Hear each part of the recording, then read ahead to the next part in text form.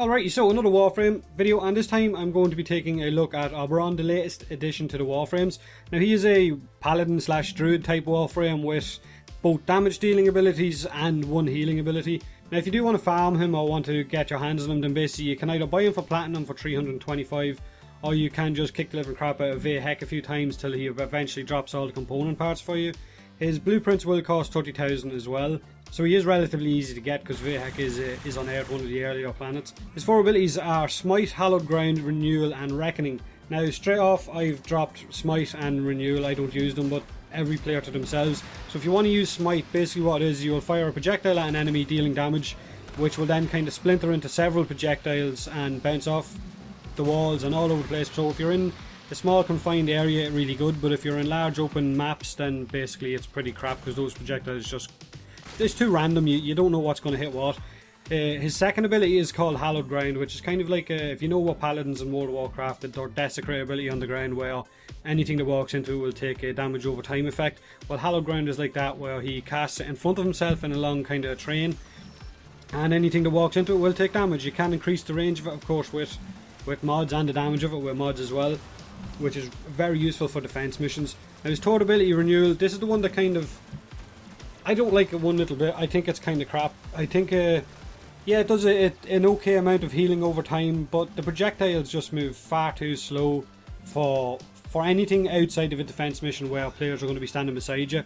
This it tends to just, it's too slow, simple as that. There's no other way to explain it. If the projectiles were sped up a little bit and moved that little bit quicker to their destination, then it might be more useful, but I've dropped it because it's just, in my opinion, not good enough. If I wanted to heal, I'd just take my Trinity instead, but I know other players might not have a Trinity and an Oberon like me, so you'll want one or the other. If I had a choice, I'd probably pick Trinity, being honest with you.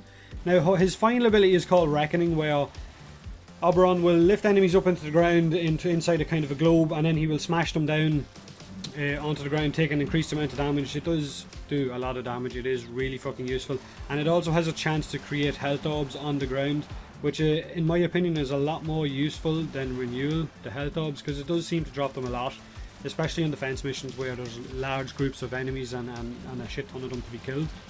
As far as modding him goes, you're going to want power, strength, power, range, and in my opinion, if you're using Hallowed Ground on defense missions, then you're going to want something with a bit of duration. So a continuity mod, or I think it's Constitution as well, which will basically leave that Hallowed Ground down for that bit longer in between each waves.